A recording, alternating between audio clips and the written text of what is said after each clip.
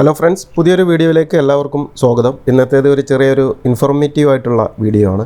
അപ്പോൾ നമ്മളെല്ലാവരും ഈ ഒരു വെക്കേഷൻ സമയമാണ് ഇപ്പോൾ ഊട്ടി കൊടൈക്കനാൽ ഭാഗത്തേക്കൊക്കെ യാത്ര ചെയ്യുന്നവരാണ്. ഊട്ടി കൊടൈക്കനാൽ എന്നീ തമിഴ്നാട്ടിലെ 2 ഡെസ്റ്റിനേഷനിലേക്ക് പോകുന്നവർക്ക് ഇ പാസ് കമ്പൽസറി ആക്കിയിട്ടുണ്ട്. അതായത് നമ്മൾ കോവിഡ് സമയത്ത് നമ്മൾ എടുത്തിരുന്ന ഇ പാസ്. അപ്പോൾ ഈ ഇ പാസ് എന്ന് പറയുമ്പോൾ നമ്മൾ ആളുകൾക്കല്ല എടുക്കേണ്ടത്. അതായത് നമ്മൾ ഒരു വാഹനം ഉപയോഗിച്ച് നമ്മുടെ ഓൺ വെഹിക്കിൾസ് ഉപയോഗിച്ച് ഈ ഡിണ്ടിഗൽ ഡിസ്ട്രിക്റ്റിലെ കൊടൈക്കനാലിലേക്കും നീലഗിരി ഡിസ്ട്രിക്റ്റിലെ ഊട്ടിയിലേക്കും പോവുകയാണെന്നുണ്ടെങ്കിൽ നമ്മൾ ഈ ഇ പാസ് കമ്പൽസറി ആയിട്ട് എടുത്തിരിക്കണം. നിങ്ങൾ പോകുന്ന വെഹിക്കിൾസ് അപ്ലൈ ചെയ്യുന്ന ആളുടെ പേര് അതുപോലെയുള്ള കുറച്ച് ഡീറ്റെയിൽസ് ഉണ്ട്. അത് എങ്ങനെയാണ് നിങ്ങൾ അപ്ലൈ ചെയ്യേണ്ടത് എന്ന് വീഡിയോയുടെ അവസാനം ഞാൻ കൊടുക്കുന്നുണ്ട്.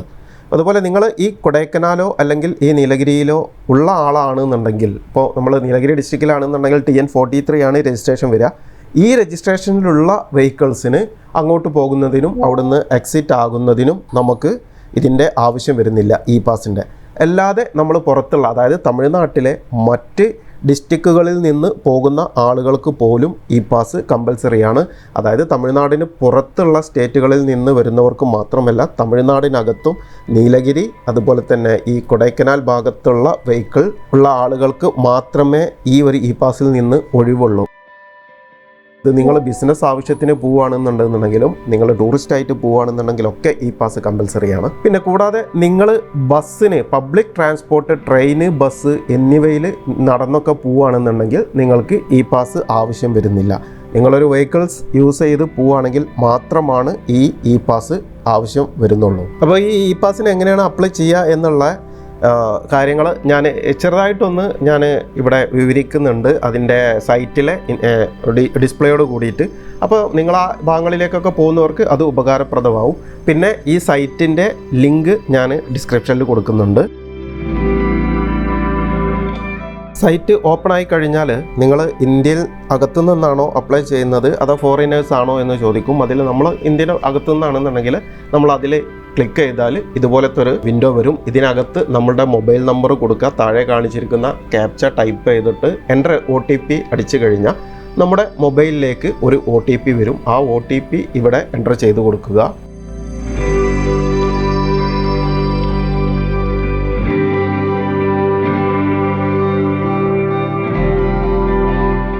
ശേഷം വരുന്ന വിൻഡോയിൽ നമ്മൾ നീലഗിരിയിലേക്കാണോ അതോ കൊടൈക്കനാലിലേക്കാണോ പോകേണ്ടത് എന്നുള്ളത് സെലക്ട് ചെയ്യുക. അപ്പോൾ ഞാൻ നീലഗിരിയാണ് സെലക്ട് ചെയ്തിട്ടുള്ളത്. അടുത്ത് വരുന്ന വിൻഡോയിൽ നമ്മൾ എൻ്റർ ചെയ്യേണ്ടതായിട്ടുള്ള കുറച്ച് കാര്യങ്ങളുണ്ട്. അതായത് അപ്ലിക്കൻ്റ് നെയിം, അതുപോലെ തന്നെ നമ്മൾ എന്ത് പർപ്പസിനാണ് ഇങ്ങോട്ട് പോകുന്നത്, എത്ര പേരുണ്ട്, അതുപോലെ വെഹിക്കിൾസിൻ്റെ രജിസ്ട്രേഷൻ നമ്പർ, അതുപോലെ ഫ്യൂൽ ടൈപ്പ്, ഇങ്ങനെയുള്ള കുറച്ച് കാര്യങ്ങളെല്ലാം കൊടുത്തിട്ടുണ്ട്. അപ്പോൾ അതൊക്കെ നിങ്ങൾ വിൻഡോ നോക്കി കറക്റ്റായിട്ട് ഫില്ല് ചെയ്ത് കൊടുക്കുക. നമ്മുടെ എല്ലാ ഡീറ്റെയിൽസും എൻ്റർ ചെയ്ത് കഴിഞ്ഞാൽ ഇതുപോലുള്ളൊരു പോപ്പ് വിൻഡോ വരും. ഇതിൽ കുറച്ച് അവിടുത്തെ റൂൾസ് എല്ലാം കാണിച്ചിട്ടുണ്ടായിരിക്കും. നമ്മളതൊക്കെ ജസ്റ്റ് ഒന്ന് റീഡ് ചെയ്ത് കൊടുക്കുക. എന്നിട്ട് കൺഫേം അടിച്ചു കഴിഞ്ഞാൽ നമുക്ക് ഇൻസ്റ്റൻ്റ് ആയിട്ട് ഇതുപോലത്തെ ഒരു ഇ പാസ് QR കോഡ് സഹിതം നമുക്ക് വരും. അപ്പോൾ നമ്മൾ എന്ത് ചെയ്യുക, ഒന്നുകിൽ ഇത് മൊബൈലിൽ ഇത് ഡൗൺലോഡ് ചെയ്തിട്ട് നമ്മൾ മൊബൈലിൽ സൂക്ഷിക്കുക. അല്ല എന്നുണ്ടെങ്കിൽ നമ്മളൊരു പ്രിൻ്റ് ഔട്ട് എടുത്തിട്ട് നമ്മളത് കയ്യിൽ കരുതുക.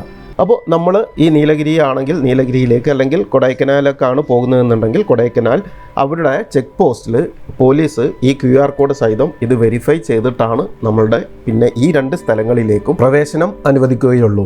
മെയ് 7, 2024 മുതൽ ജൂൺ 30, 2024 വരെയാണ് ഇപ്പോൾ ഗവൺമെൻറ് ഈ ഒരു റൂൾസ് കൊണ്ടുവന്നിട്ടുള്ളത്. പിന്നീട് അത് റെഗുലറായിട്ട് കണ്ടിന്യൂ ആയി പോകുമോ ഇല്ലയോ എന്നുള്ളത് അറിയൂല. അപ്പോൾ എന്തായാലും ഈ ഭാഗങ്ങളിലേക്ക് യാത്ര ചെയ്യുന്നവർ ഈ കാര്യം ശ്രദ്ധിക്കുക.